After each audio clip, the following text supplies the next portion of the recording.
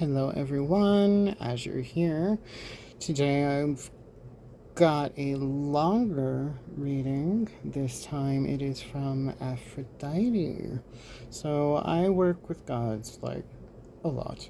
And I'm really happy to start bringing forward their influence, opinion, advice, and energies into the channel. So this is from Aphrodite, and the cards I drew first are Welcome the Masculine Divine and You Are the Light. So it looks like masculine energy is starting to awaken in greater numbers, and they may even specifically find themselves landing on this particular video. So what's important to understand is there's many beautiful things when it comes to the masculine divine. We have strength, we have warrior energy, we've got providing, we have friendly competition, right? It doesn't all have to be toxic. There is a masculine divine, and it is a beautiful thing.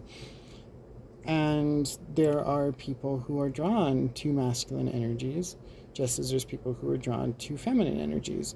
So traditionally, I've seen a lot of, divine masculine, divine feminine messages and messaging popping up like 75% of the time. And so I'm taking this as a moment to acknowledge the masculine divine, the divine masculine. So You Are the Light is a bit of a mixed card. All good, right? You Are the Light is referring to a message to the divine masculine, understanding that you are a healer. You have healing energy. You have healing capabilities, and you have the ability to support and take care of those that you care about, and to extend this to those you don't know and those who are in need of it.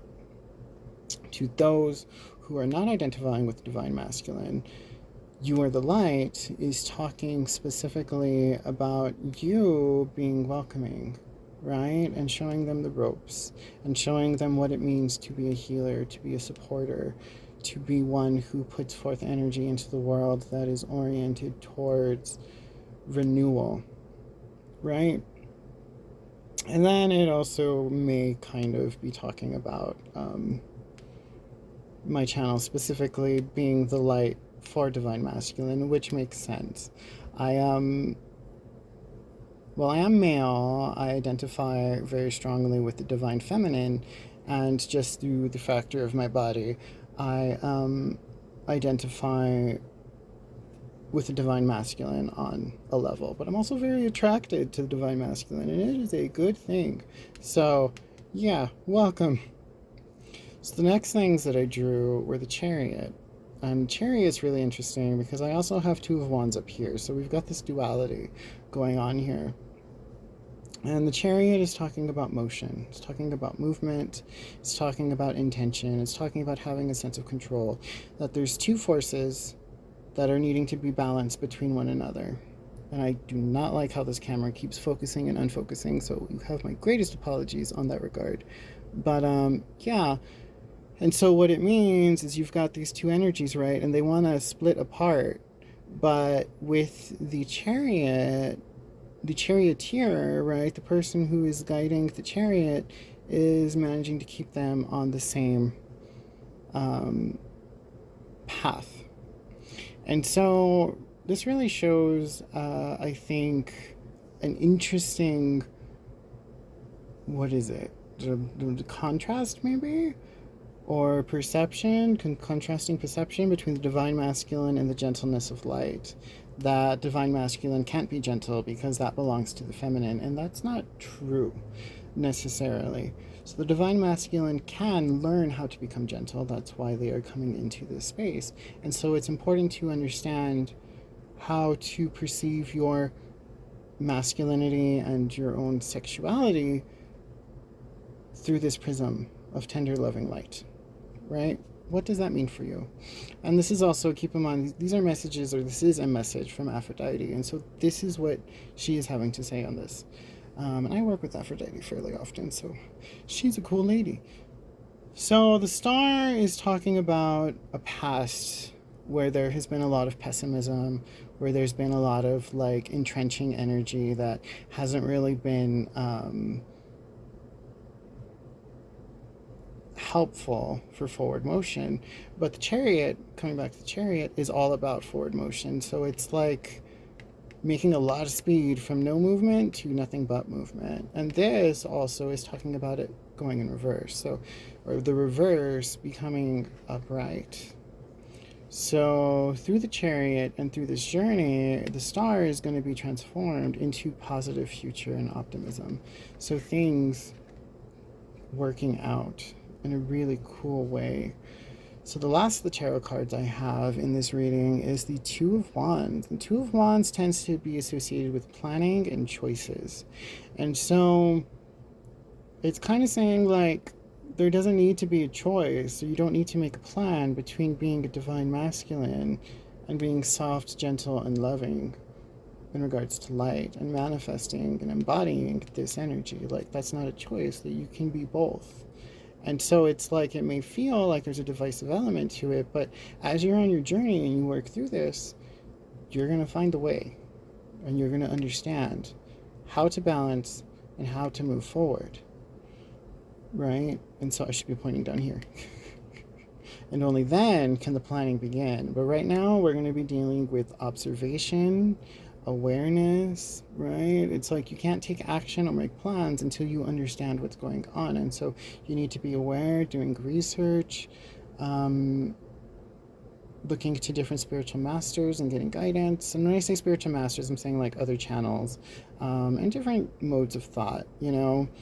Keep in mind that traditionally it's not oriented towards the divine masculine, so there may be some discomfort, but push through and you're going to find a way to get this balance here. And then the last card, we've got Star Brothers. And Star Brothers is really interesting. It says Horus energy, protection, loyalty, safety, trust. And so these are all the qualities that this divine masculine is bringing forward. And this is also the qualities that a divine masculine is going to be embodying. So keep in mind, divine masculine, divine feminine are energies, like, you know, of course, yin and yang, right? And so while they're coded in gender, you can be feminine but identify with the divine masculine. You can be masculine but identify with the divine feminine, right? You can embody both, and really everyone embodies both in some way, in some proportion. So it's like a creationary force and a fundamental universal force. And don't let the term masculine make you feel a certain way, because it doesn't have to be that way, right? There are women who are incredibly strong, and there are men who are incredibly nurturing. And the most interesting people are gonna have a really good balance with that divine masculine and that divine feminine. So now we have the stepbrothers coming forward, and it is just really resonating at this high level. I am so sorry about the zooming in and out. Maybe going forward I'll just take a picture and talk over. But yeah, it's really, it's this call to support and protection and guidance from celestial masculinity, divine masculinity, and it really just reinforces this message. So the last card we have is Judgment, and it kind of feels like this is a call out from Aphrodite. This is very uniquely Aphrodite, okay? This is what she does. She says, if you are on this path, if you watch this video, you are going to end up in this place eventually. So it's better to come along with love and understanding and respect and explore this path instead of fighting it, because you're going to waste time, you're going to waste energy, and this is where you're going to end up, right? So like the judgment in this case is inevitability.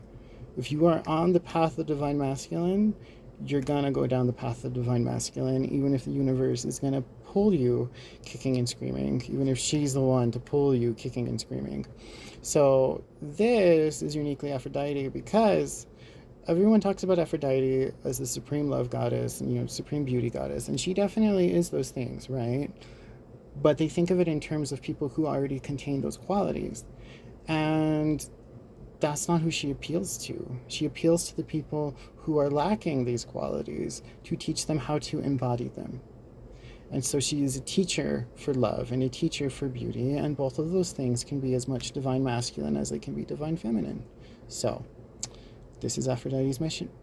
This is Aphrodite's message to all of you. And I'm really looking forward to seeing who comes across this video and who it resonates with. So feel free to leave a comment and let me know that this is being seen, because that's extremely motivating, and it'd just be really cool. So anyway, take what resonates and leave the rest. I hope it helps. Oh.